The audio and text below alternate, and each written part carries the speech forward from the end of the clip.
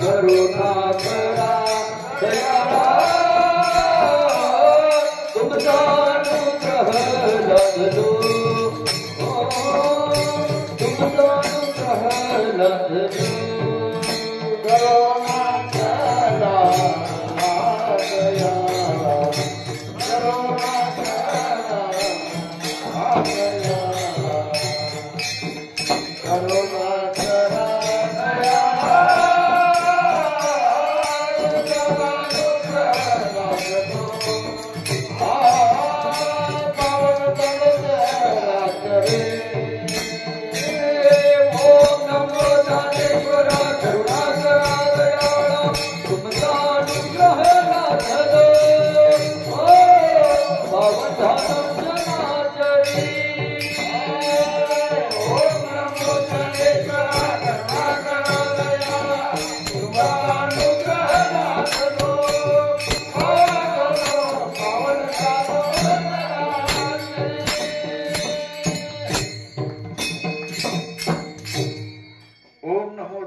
करा करुणा करा दयाळा तुमचा अनुग्रह लाधलो पावन झालो चराचरी जरी अवतार विश्वतारावया अत्रीची अनुसया गरोदर ऋतुकाल हेमंत नक्षत्र रोहिणी शुक्ल पक्ष दिनी पूर्ण तिथी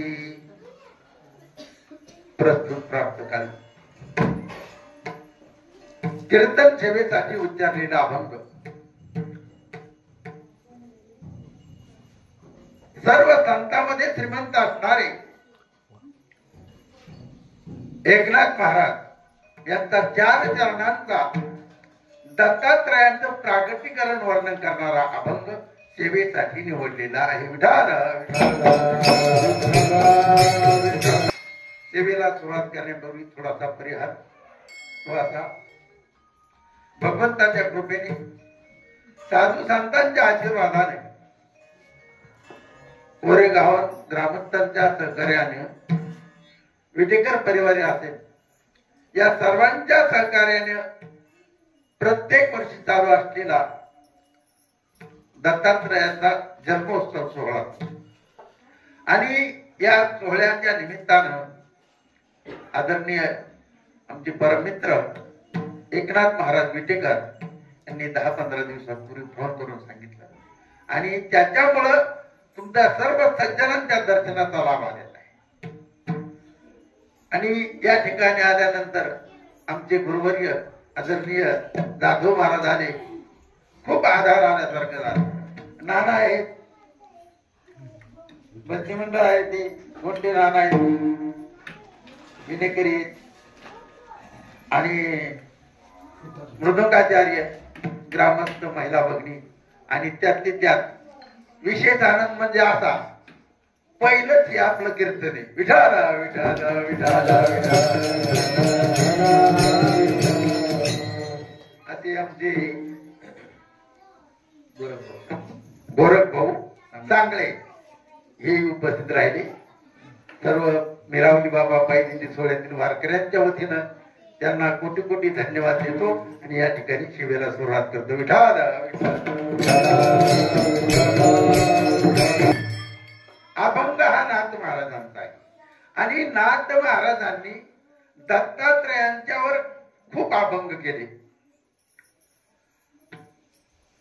दत्त माझी माता, दत्त माझा पिता, बंधू बहीण जुळता दत्त माझा, हे सर्व नाथ महाराजांनी त्यांच्यावर अभंग केलेले आहेत. कारण नाथ महाराजांना दत्तात्रयांनी समोरासमोर दर्शन दिलं. त्याच्यामुळं नाथ बाकीच्या संतांच्या पेक्षा नाथ महाराजांनी जास्तीत जास्त अभंग केलेले आहे. विठाल विठाल. या मृत्यू लोकांचा जर आपण विचार केला तर या मृत्यू लोकांमध्ये असंख्य जीवजंतू जन्माला येतात. 84 लक्ष योनीद्वारे हजारो जीवजंतू जन्माला येतात. त्याच्यापैकी जीव म्हणजे तुम्ही आम्ही आणि संत ज्ञानेश्वर महाराज, तुकाराम महाराज, एकनाथ महाराज, नामदेव महाराज आणि देव या तिघांनाही जन्माला यावं लागतं. पण या तिघांनाही जन्माला येण्याचे कारण मात्र भिन्न भिन्न आहे. हे जीवाला जन्माला काय यावं लागतं याच्या पाठीमागे सर्वसाधारण 3 कारण आहे. पाप पुण्य समान झाल्यानंतर या जीवाला जन्माला यावं लागतं, हे पहिलं कारण झालं. दुसरं कारण, या जीवाचं जर कर्म शिल्लक राहिला असेल तर या जीवाला जन्म घ्यावाच लागतो. आणि तिसरं कारण आहे, जीवाची वासना जर शिल्लक राहिली असली तर मनुष्याला पुन्हा पुनर्जन्म घ्यावा लागतो. आता पाप पुण्य समान झाल्यानंतर जीवाला जन्माला यावं लागतं, हा पहिला मुद्दा आहे. मग आता सर्वजण या मृत्यू लोकात आल्यानंतर सर्व काही पाप करण्याकरता येत नाही किंवा सर्व काही पुण्य करण्याकरता येत नाही. परंतु पाप करत असताना कदाचित एखाद्या वेळेस पुण्य सुद्धा घडू शकतं आणि एखाद्या वेळेस पुण्य करत असताना पाप घडू शकतं. मग आपण केलेल्या कर्माचं पापात रूपांतर करायचं का पुण्यात रूपांतर करायचं हे तुमच्या आमच्या हातात आहे. मग हे कोणाच्या हातात आहे तर देवाच्या हातात आहे. धर्माची ती मूर्ती, धर्माची ती मूर्ती, धर्माची ती मूर्ती, पाप पुण्य तुझे हाती, पाप पुण्य तुझे हाती, पाप पुण्य तुझे हाती, पाप पुण्य तुझे हाती, पाप पुण्य तुझे हाती, पाप पुण्य तुझे हाती. मग आपण केलेले कर्माचं पापात रूपांतर करायचं का पुण्यात रूपांतर करायचं हे देवाच्या हातात आहे. म्हणून महाराज सांगतात, धर्माची ती मूर्ती, पाप पुण्य तुझे हाती. मग हे पाप पुण्य जर समान झालं तर तुम्हा आम्हाला जन्माला यावंच लागतं.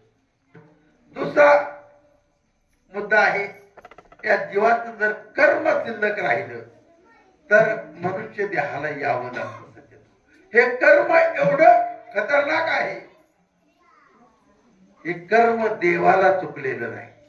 देवाला सोडून द्या, पण देवाच्या बापाला सुद्धा चुकलेलं नाही.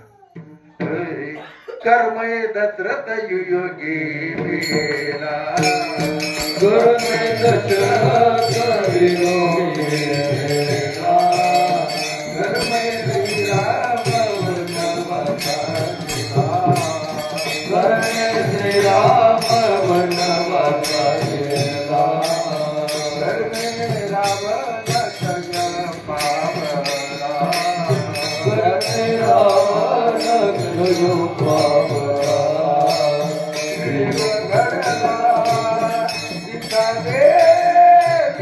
पर्यती गवारा पर्यती गवारा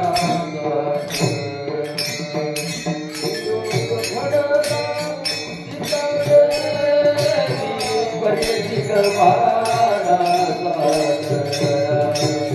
पर्यती गवारा.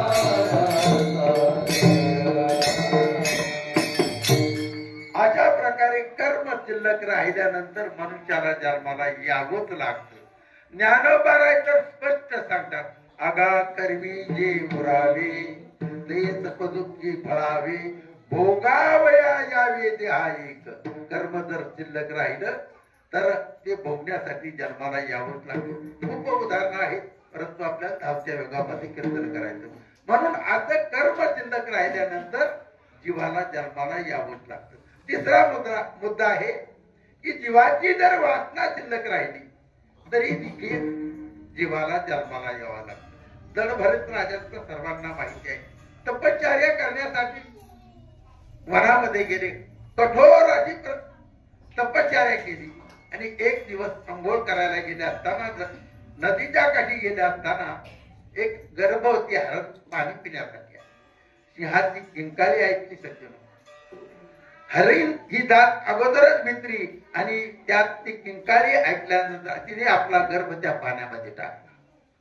दळभरत राजाचं अंतकरणामध्ये दया उत्पन्न झाली. ते पारस उचललं आपल्या झोपडीमध्ये पर्णकुटीमध्ये नेऊन ठेवलं. पारस जसं जसं मोठं होऊ लागलं तसं ते पारसाबद्दल दडभरत राज्याची वासना निर्माण होती. पुढे दडभरत राजाचा ज्यावेळेस निर्वाणीचा काळ आला त्यावेळेस आपण गेल्यानंतर या पारसाचं कसं होईल हे सर्व दडभरत राजाच्या लक्षामध्ये शेवटच्या पर्यंत त्याच्या अंतकरणामध्ये तीच होत. शेवटी सज्जनो दडभरत राजा जड भरत राजा हरणी गर्भा गेला. जड भरत राजा हरणी गर्भा गेला. जड भरत राजा हरणी गर्भा गेला.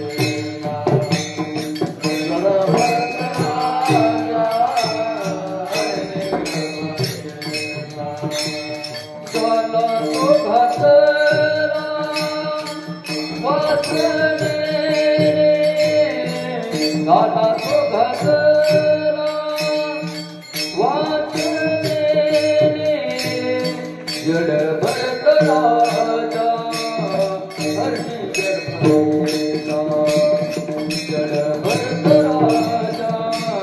हरणी गर्भा गेला.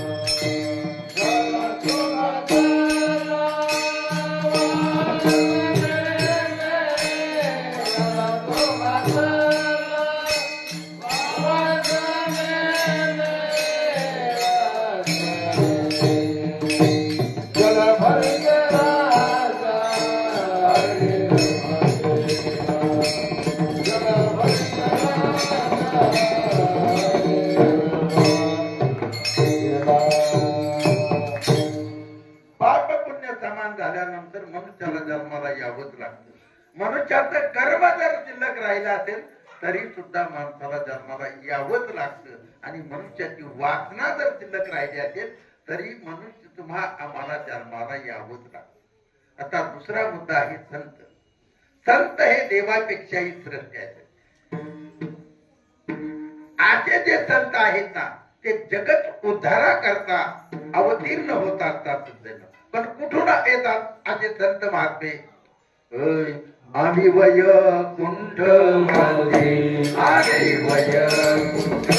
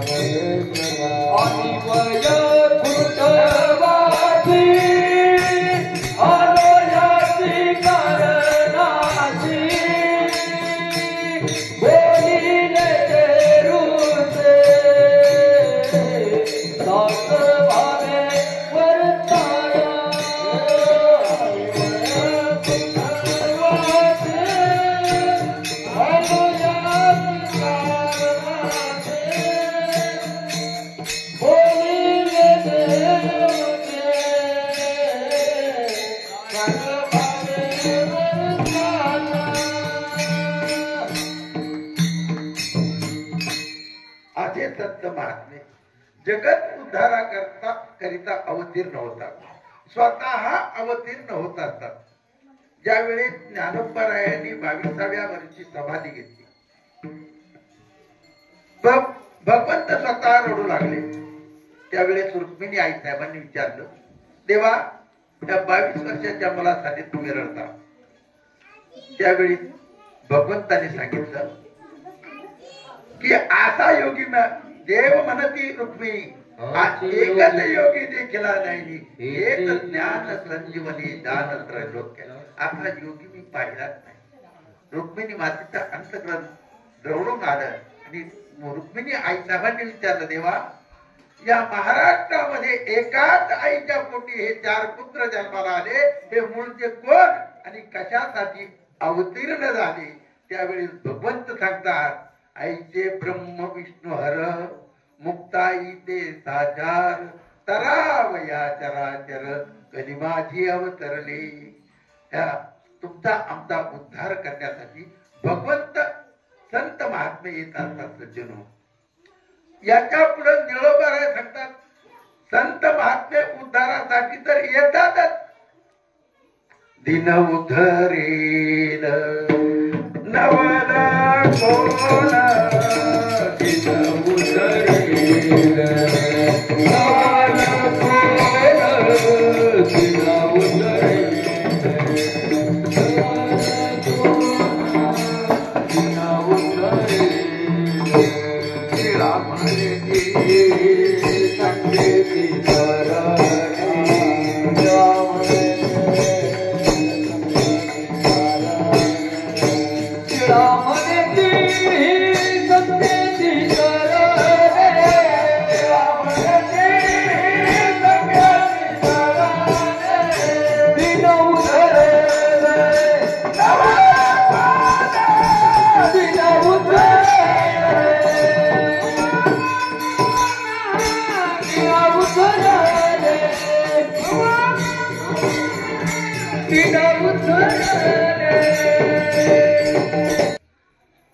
जीवात संत हे अवताराला येतात आणि जीवाचा उद्धार करतात. अवतार आणि उद्धार याच्यामध्ये संतात आणि जीवाचं नातं आहे. अवतारती म्हणजे संत अवताराला येतात आणि आपण खाली आहे म्हणून आपला उद्धार करतात. मग निळोबारे सांगतात, याच्यात नवल काहीच नवल नाही, कारण ते त्याच्यासाठीच येतात. अवतार तुम्हा धराया कारण, अवतार तुम्हा धराया जना जना जीवा.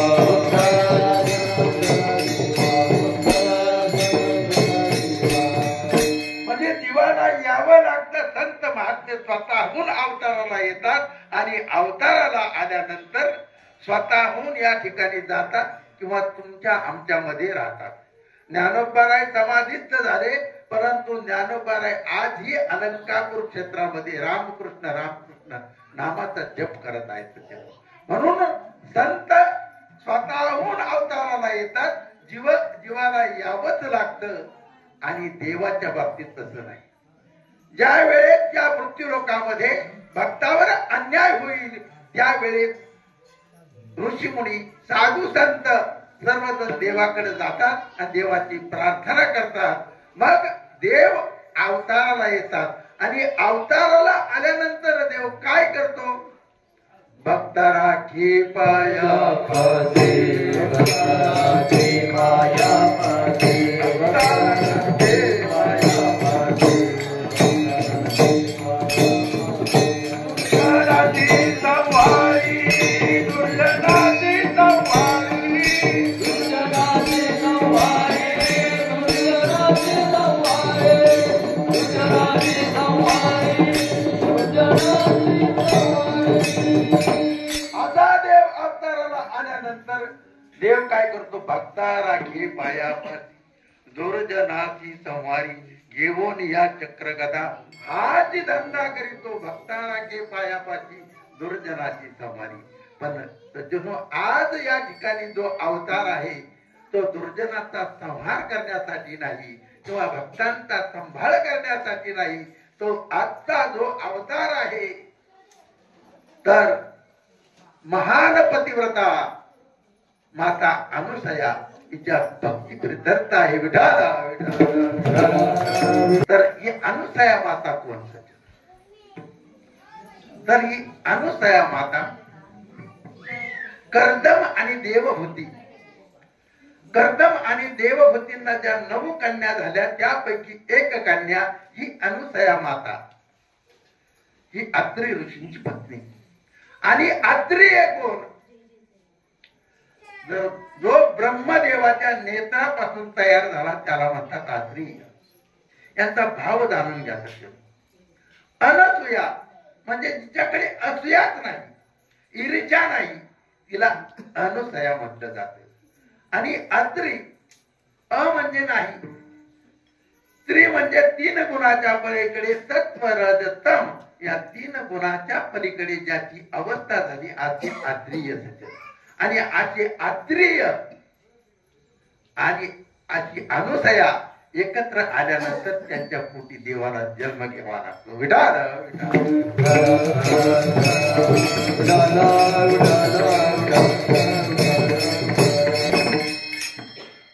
अत्रि अनुसयाचा, अत्रि आणि अनुसया मातेचा विवाह संपन्न झाला. ब्रह्मदेव अत्रीचे पिता, ब्रह्मदेवाने अत्रीला सांगितलं तुम्ही सृष्टीची निर्मिती करा. त्यावेळेस लग्न झाल्याबरोबर मुनिश्री अत्रि ऋषींनी आपली पत्नी अनुसया माता घेतलं आणि वृक्ष नावाच्या पर्वतावर तपश्चर्या करण्यासाठी. वृक्ष नावाचा पर्वत आहे, निर्विंधा नावाची नदी आहे आणि त्या ठिकाणी अशोक वन आहे. त्या वनामध्ये या दोन्ही उभयतांनी, दोन्ही पती पत्नीने 100 वर्ष उभी राहून तपश्चर्या केली. आणि त्या तपश्चर्याच्या अंती स्वतः भगवंत त्या ठिकाणी प्रगट झाले. भगवंत प्रगट झाल्यानंतर अत्रि अनुसयांना खूप आनंद झाला.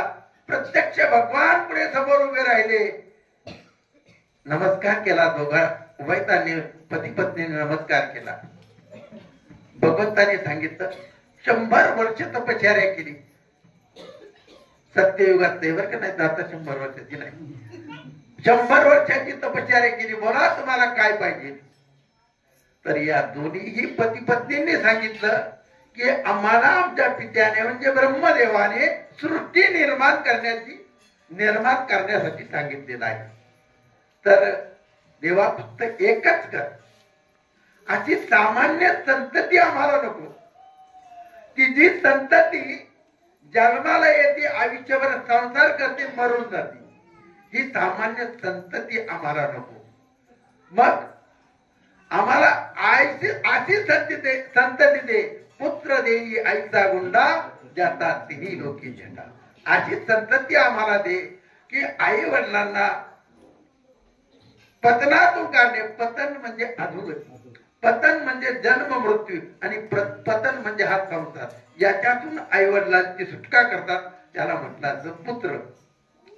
देवाने मनामध्ये विचार केला की तपश्चर्या तर 100 वर्षाची केली आणि मागतात तर काय मुलगा मागतात आहे की.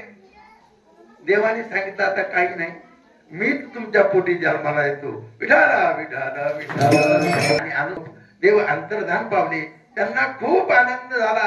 भगवंत आपल्या उतरी जन्माला येणार. सज्जनो, अनुसया माता महान पतिव्रता होती. सज्जनो, पतिव्रता वेगळी आणि पत्नी वेगळी. पत्नी कोणाला होता येतं, पण पतिव्रता होणं फार अवघड आहे. पती हेच जीवन, जिचं जीवन तिला पतिव्रता म्हटलं जातं. ज्ञानोबा सांगतात पतीची या मता अनुसरून या पतिव्रता. असे पतिव्रता असते. सज्जनो, आज बा आम्ही लहान असताना सर्वांनाच माहिती, नदीला जर पूर आला तर लोक पाहायला जायचे, जात होती ना, पाहायला जात होती. नदीला पूर आल्यानंतर लोक पाहायला जात होती. पण त्या पुराने ठरवून घेतला लोक जात नाही, त्यांनी यायचं बंद करून टाकलं.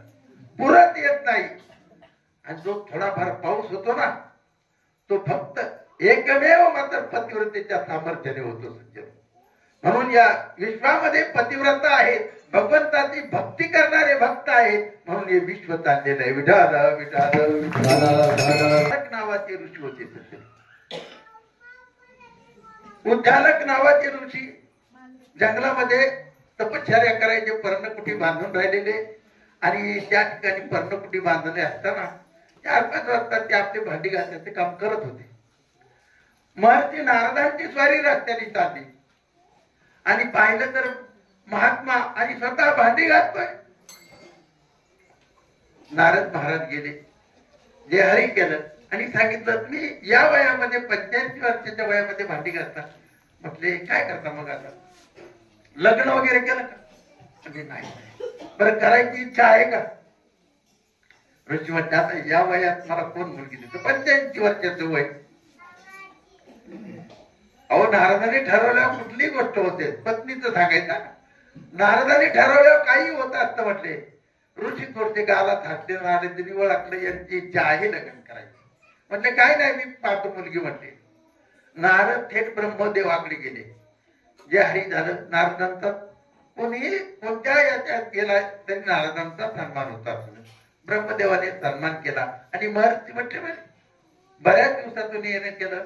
म्हटले काय नाही आपल्या मुलीचं लग्न जमवलं. काय बोलता नारदजी, आपल्या मुलीचं वय 80 वर्षाचं आणि या बापाचा मुलगा तरी राहिला असेल का? म्हणले काय नाही नारदाने ठरवलं सर्व जमतं. सांगायचं काय, उद्दालक ऋषीचं आणि ब्रह्मदेवाच्या मुलीचं लग्न झालं. लग्न झाल्यानंतर त्या आश्रमामध्ये आली. बऱ्याच दिवसांनी नारद परत ज्या वेळेस त्या रस्त्याने चालले त्यावेळेस उद्दालक ऋषी पुन्हा भांडी घालत होते. नारद महर्षी गेले आणि विजयहारी केला आणि म्हटले महाराज परत भांडी घालता, लग्न केलं ना आता? त्यांनी सांगितलं महर्षी पहिलं फक्त एकट्याचीच भांडी घासावं लागत होती, आता दोघांचीही भांडी घासावं लागतात. पहिले एकट्या पुरतीच भाकरी करावं लागत होती, आता दोघांच्याही भाकरी करावं लागते. पहिले एकट्यातच धुणं धुवावं लागत होतं, आता दोघांतच धुणं धुवावं लागतं. का बरं? तर ती म्हणजे उलटी चालली. आपण सांगितलं पाहुणे आले चहा करा, करणार नाहीच करणार. मग नारद महर्षींनी त्यांना मंत्र दिला. म्हटले तुम्ही सांगतानाच तिला उलट सांगायचं, मग ती बरोबर या पद्धतीने काही आणि आताच प्रयोग करू मग आम्ही इथं आहे तोपर्यंत. उद्दालक ऋषीने सांगितलं महर्षी नारद आल्यात मग रोज येतात, त्यांना चहा वगैरे काही ठेवायचा नाही. चहा पिल्याशिवाय जायचंच नाही म्हणले महर्षी. ठेवला ना चहा. उद्दालक ऋषींना वाटलं मंत्र लागू पडलाय बरं का आता. बऱ्याच दिवस चाललं. परत उद्दालक ऋषीच्या वडिलांचं श्राद्ध आलं. उद्दालक ऋषीने सांगितलं आपल्याला काय थोडक्यात श्राद्ध करायचं, आपल्याला मोठं श्राद्ध करायचं नाही. म्हटले 100 लोक जेवू घालायचे. काय म्हटले 100 लोकांचा स्वयंपाक केला आणि नैवेद्य दाखवायला नदीला जातात ना. उद्दालक ऋषी म्हटले मी जातो नैवेद्य. नाही म्हटले तुम्ही नाही, मी जाणार. म्हणजे उलट ना, मी जाणार म्हटले. तू जाऊ नको. नाही मी जाणार. नैवेद्य घेऊन नदीला गेली. उद्दालक ऋषी पाहत होते. इतर नैवेद्य घेऊन गेली. नदीला तर पाणी खूप आहे. हात मारले म्हणे चेंडी, पुढे जाऊ नको, पाणी आहे जाणार. अगं पुढे पाणी आहे जाऊ नको, जाणार पुढं. काय सांगायची, चेंडी जी गेली तर अजूनपर्यंत परत आलेली नाही. तर ती आजी चेंडी म्हणजे ही पत्नी. दुसऱ्या दिवशी उद्दालक ऋषी नदीच्या विरुद्ध बाजूने फिरत होते. लोकांनी विचारलं महाराज काय फिरता तुम्ही असे? म्हणजे रात्री पत्नी वाहून. अहो म्हणलं पत्नी वाहून गेली तर त्या प्रवाहाच्या दिशेने पहा ना. त्याने नाही ती उलटी बोलत होती, उलटी चालत होती म्हणून बहुतेक विरोधाच्या बाजूने वाहत गेली असं. विठाला विठाला विठाला झाली. कीर्तनात जमत काही. यांची डेड वाडी झाली. नाकामध्ये कापूस वगैरे घातला आणि मयत गावामध्ये आणली. सर्व लोक जमले. माहितीसाठी जमतातच लोक जमल्यानंतर तिरडीवर वगैरे टाकली. तिरडीवर टाकल्यानंतर बांधलं बिंदलं सगळं व्यवस्थित झालं आणि उचलायची तर नाकातला कापूस हल्ला. लोक त्या तिच्या मालकानं म्हटले अरे तू आम्हाला जिवंत माणसं जाणायला लावतो काय, आम्हाला फातावर चढवतो का काय, इतर जिवंत आहे. ती जिवंत झाली. त्याची पत्नी जिवंत झाली. लोक आपापल्या घरोघर गेले. नवऱ्याला जाता येईल का? राहिलं नवरा. असे 4-6 महिने गेले. 4-6 महिने गेल्यानंतर एक दिवस पाहुणे आले असे बैठक रूम मध्ये बसले पाहुणे आणि बसल्यानंतर हाक मारली, ए पाहुणे आले, पाहुणे, पाणी आला, पाणी. पाहुणे बैठक रूम मध्ये, पत्नी किचन रूम मध्ये.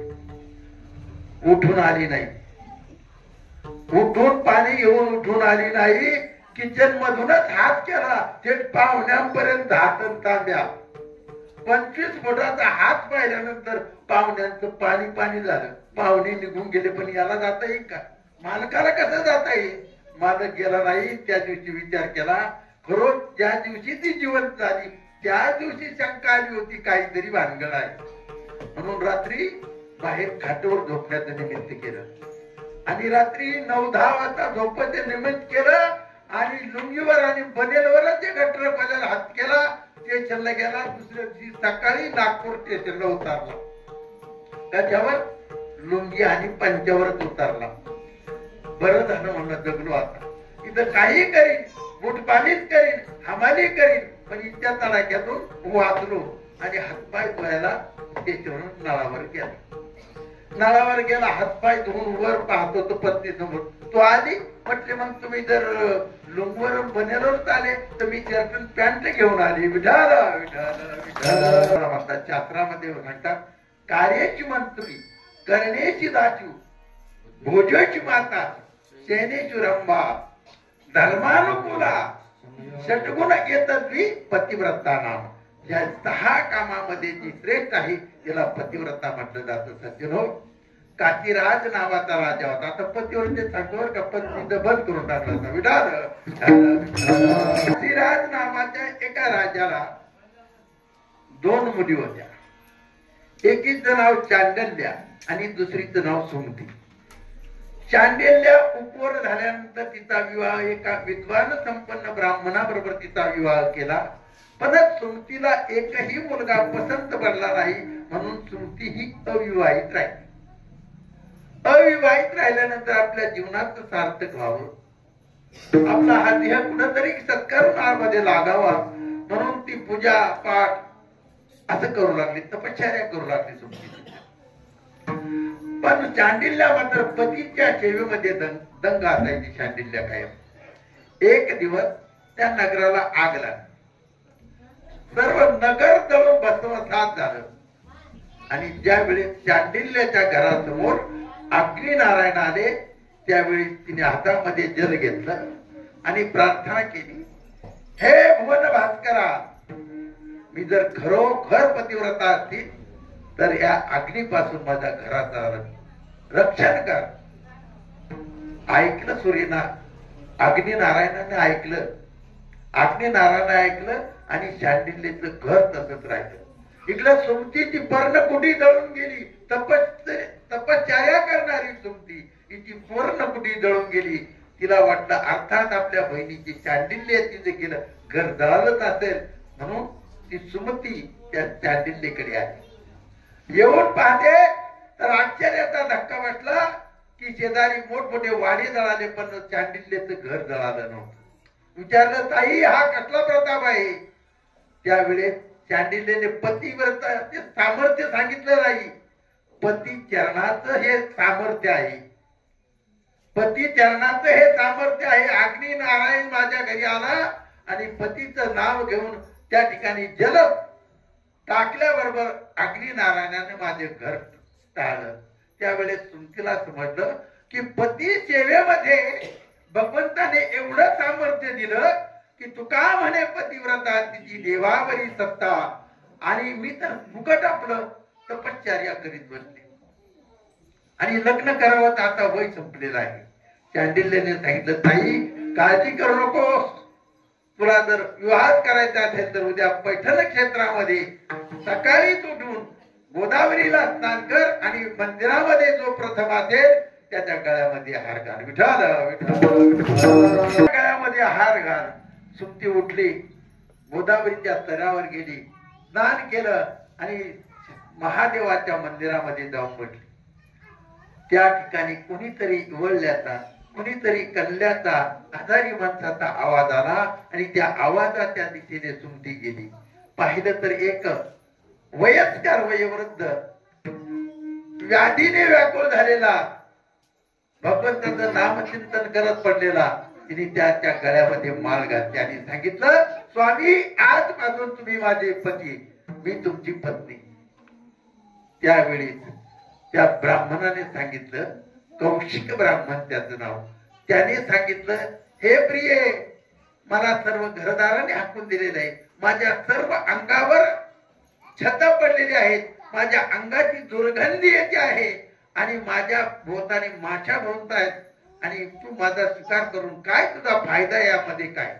म्हणजे मी याच्याच करताना पती केलाय की मी पतिव्रता ठरावी म्हणून सज्जनो. त्या कौशिक ब्राह्मणाला घेतलं, टोपलीमध्ये टाकलं, घरी नेऊन उष्ण पाण्याने आंघोळ घातली, छत बित धुवून टाकली आणि भिक्षा मागितली, मातुकरी मागितली, मी त्यांना जेवण केलं.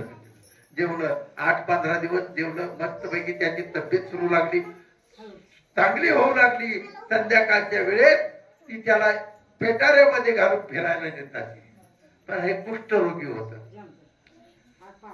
एक दिवस त्याची एका वेश्येकडे नजर गेली आणि आपल्या पत्नीला सांगितलं, प्रिये, माझी एक इच्छा आहे, या वेश्येची आणि माझी गाठ घालून दे.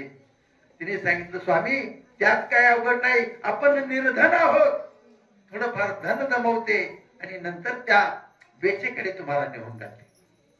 सज्जनो, सुमतीने ठरवलं की आपलं कुष्ठ रोगाने रोगी झालेला आपला पती वेश्या स्वीकार कशी करेल, म्हणून रोज रात्री 2 वाजता जाऊन ते वेश्येचं दारामध्ये सारवण, रांगोळी, सडा सारवण करून माघारी येत असते. वेश्येने एक दिवस विचार केला, आपल्या दारामध्ये आपण तर असं घाणट आहे, आपल्या दारामध्ये कोण सारवण करताय, कोण रांगोळी काढताय, म्हणून वेश्या थांबून राहिली आणि सुमती रात्री 2 वाजता आली, सारवण केलं, रांगोळी काढली. त्यावेळी ती वेश्या खाली आली आणि हात पकडला, कोण? चांगल्या मोठ्या गर्दी दिसते आणि कशा करताना अशा अपवित्र स्त्रीच्या दारामध्ये रांगोळी काढते. त्यावेळी तिने सांगितलं, माझा पती कुष्ठरोगी आहे आणि त्यांनी तुम्हाला पाहिल्यापासून तुमच्या भेट घेण्याची त्यांची इच्छा आहे. तिने सांगितलं, तू एवढी जर पतिव्रता आहे तर काही हरकत नाही तुझ्या पत्नीला घेऊन. सांगा अशी कोणती स्त्री आहे? घरी आली, कौशिकना सांगितलं, चला पेटाऱ्यामध्ये घातलं. कौशिकना आनंद झाला, त्या पेटाऱ्यामध्येच असा हात उडू लागला आनंदाने. त्या दिवशी मांडव्य ऋषीला सुळावर दिलेलो आणि कौशिक ब्राह्मणाचा हात त्या सुळाला लागल्याबरोबर मांडव्य ऋषींना असह्य अशा वेदना झाल्या, कारण तो चूळ गुदद्वारा वाटे पोटामध्ये घातलेला.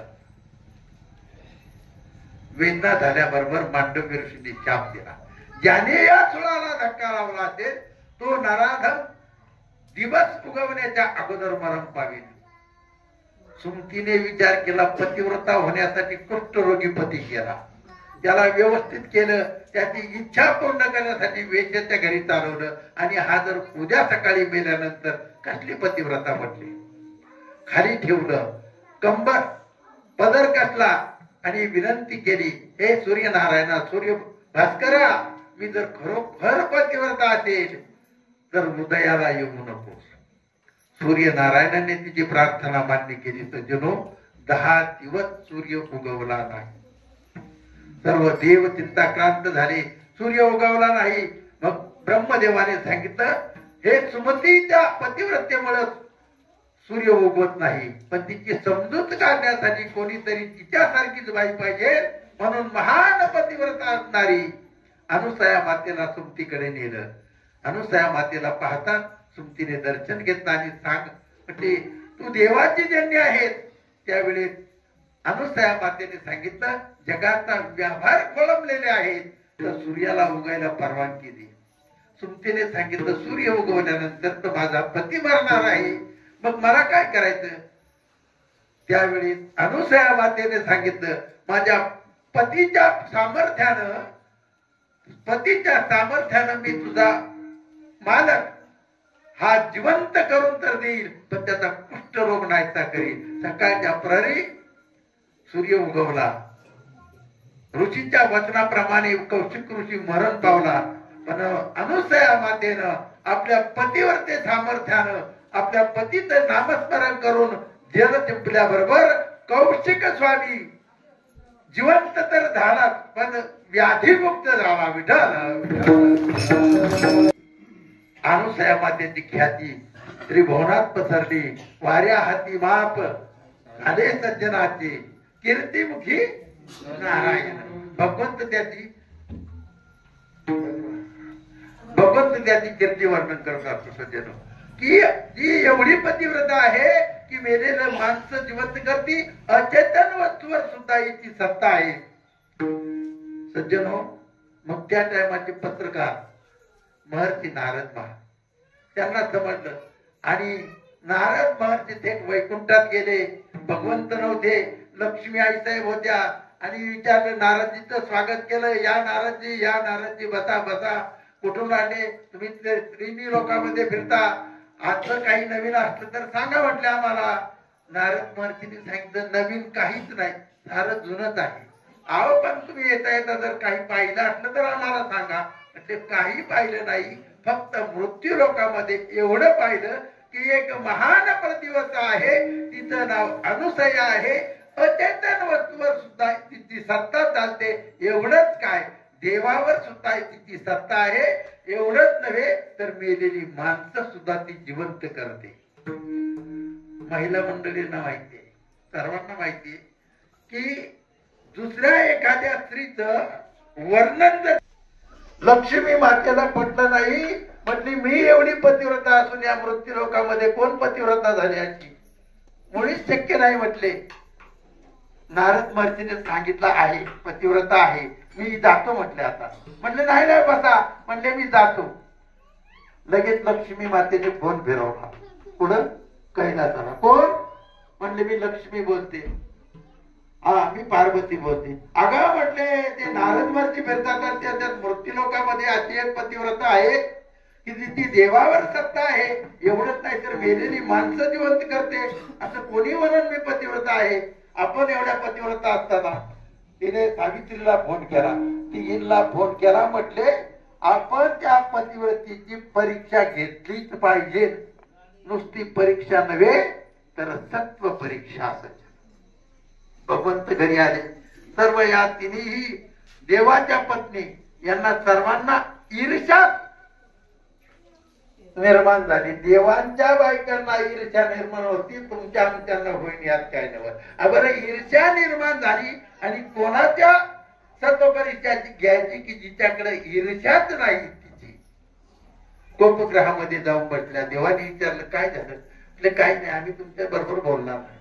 का बोलणार नाही? म्हणजे तुमचा जो नारद भक्त आहे ना, तो मृत्यू लोकांमध्ये मध्ये कोण पतिव्रता आहे, तिची देवावर सत्ता आहे, ती मेलेली माणसं जिवंत करते. असं रोज कोणी पतिव्रता होईल? आम्ही पतिव्रता असताना आहे आणि खरोखर ती पतिव्रता आहे. आणि पतिव्रतेची सत्व परीक्षा घेऊ नको. आम्ही तर बोलणारच नाही. ही सत्व परीक्षा घेतलीच पाहिजे. म्हणून तिन्ही देव सत्व परीक्षा घेण्यासाठी ब्राह्मणाच्या वेशामध्ये मृत्यू लोकात आले आणि अनुसयाच्या पर्णकुटीमध्ये समोर उभे राहिले आणि भिक्षामध्ये ही माय केल्याबरोबर अनुसया माता जंगलातच राहत होती. फळं घेऊन हातामध्ये समोर आल्या. 3 ब्राह्मण समोर उभे आहेत, फळं घेऊन आले. पाहिल्यानंतर तिन्ही देवांनी, ब्राह्मण रूपी देवांनी सांगितलं, तुम्हाला जर आई साहेब तुम्हाला जर काही द्यायचं असेल तर अशा पद्धतीने अशा परिसरात आम्ही घेणार, स्वीकार करणार नाही. मग विवस्त्र होऊन जर तुम्ही आम्हाला दान करत असला तरच घेऊ. अनुसया माता जगन्माता होती. तिने विचार केला ही माझी सत्व परीक्षा आहे, थांबा. आतमध्ये गेले. आत्री ऋषी तपश्चर्या करण्यासाठी निघून गेले होते. परंतु कमंडलू मात्र घरामध्ये ठेवला होता. सांगितलं होतं, अनुसया तुझ्यावरच संकट आल्यानंतर या कमंडलूचं पाणी ते संकट निवारण करेल. कमंडलू हातामध्ये आणला, पतीचं स्मरण केलं आणि त्या तिन्ही ब्राह्मणांच्या अंगावर शिंपल्याबरोबर लहान लहान 3 बाळं झाली. लहान लहान 3 बाळं झाल्यानंतर अनुसया मातेला आनंद झाला. तिने बी बाळं घेतली, आपल्या छातीशी लावल्याबरोबर अनुसया मातेला प्रेमाचा पाळणा पाळण्यामध्ये घातले आणि त्यांना धोका देऊ लागले. सज्जन, अत्रि महाराजांनी पाहिलं तर आपलं घर गजबजलंय. 3 लहान बालकं आपल्या घरामध्ये नाचतायत. अत्रि ऋषींना खूप आनंद झाला. 3 लहान लहान बालकं आपल्या घरामध्ये आहेत. सज्जन, बऱ्याच दिवस गेल्यानंतर यावर विचार करू लागल्या. कोण? लक्ष्मी, पार्वती आणि सावित्री विचार करा. आपले ते मृत्यू लोकात गेले, अजून काय आले नाही, करणार काय? मग शेवटी फोन केला नारद महर्षींना. नारद महर्षी त्या ठिकाणी गेले आणि विचारलं, म्हणजे आमचे ते मृत्यू लोकात गेले, किती दिवस झाले अजून घरी नाही आले नाही?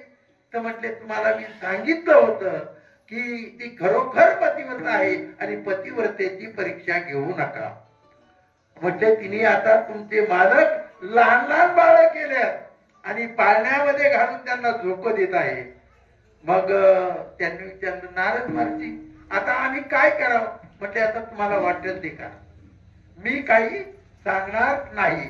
तिने ही देवाच्या पत्न्या लक्ष्मी, सरस्वती आणि सावित्री या मृत्यू लोकामध्ये आल्या आणि अनुसया मातेच्या दारामध्ये उभ्या राहिल्या. अनुसया मातेला वंदन केलं त्या तिघींनी आणि सांगू लागल्या आपला परिचय. मी लक्ष्मी आहे, मी पार्वती आहे, मी सावित्री आहे. म्हटले, कशासाठी आला? मी तर काही आजारी नाही. अनुसया माता म्हटले, मी आजारी नाही.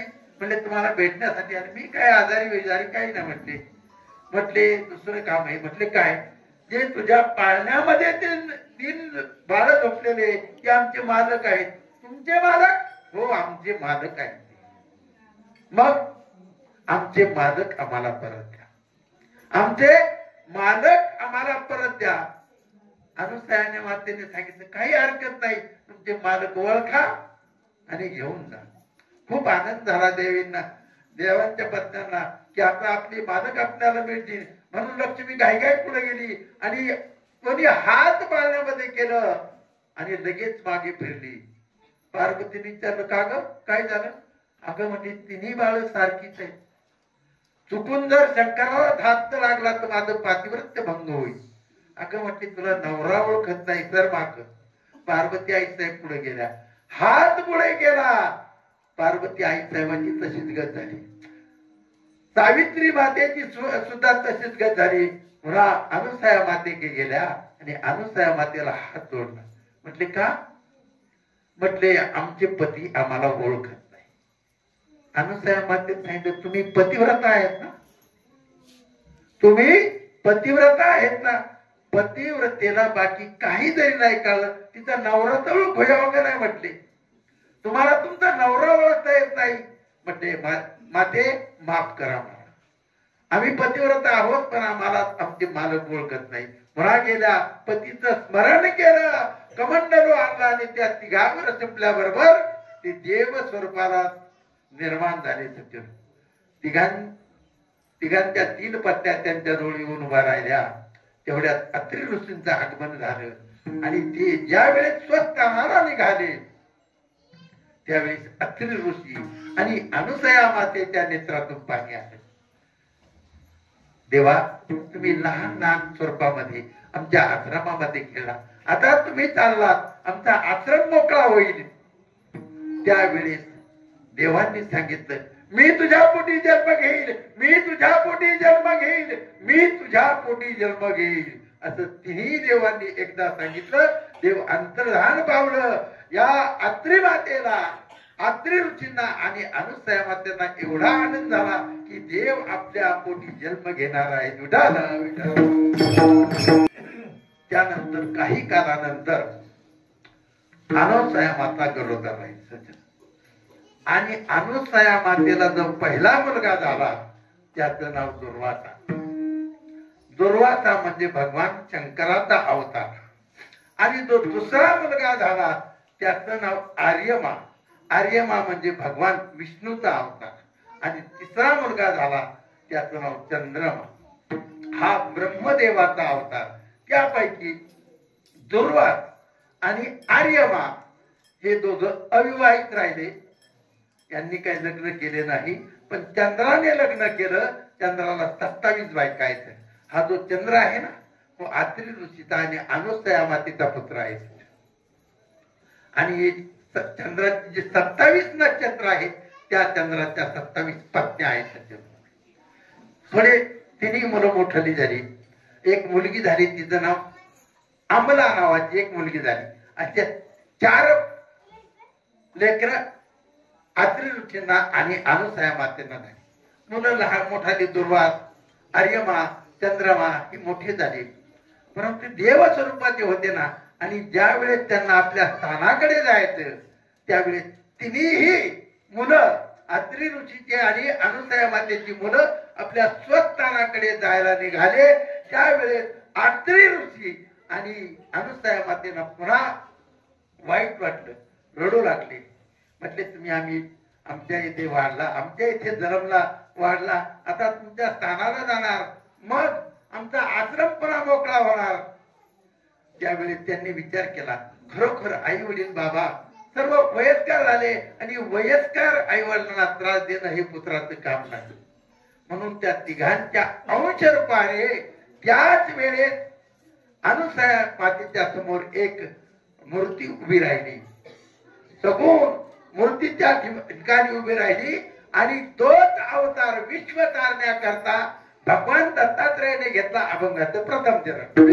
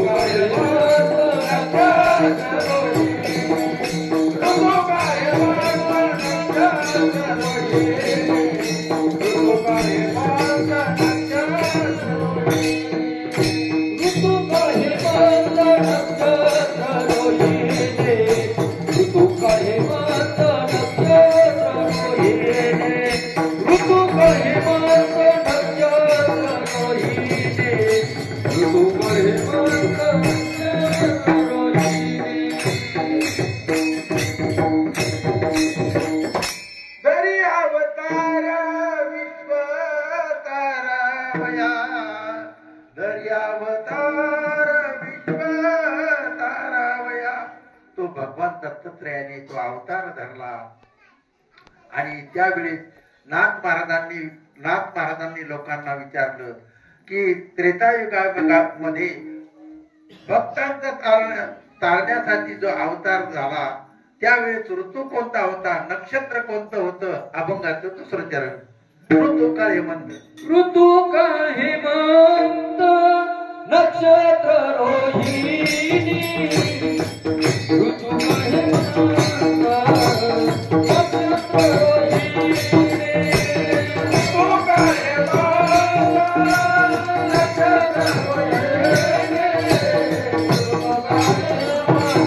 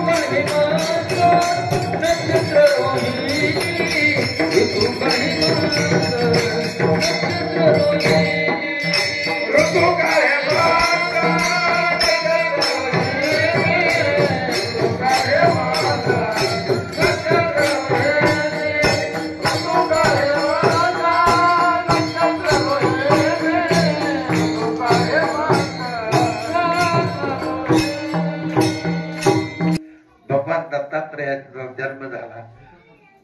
नाथ महाराजांना विचारलं की त्यावेळेस तिथी कोणती होती. नाथ महाराज सांगतात तिथी पौर्णिमा मार्च मार्गशीर्ष गुरुत्व वाचर उत्सव काळ असा या भगवंताचा वाटून घ्या आणि प्रेमाने हजारे टाळ्याने मुखाने नाम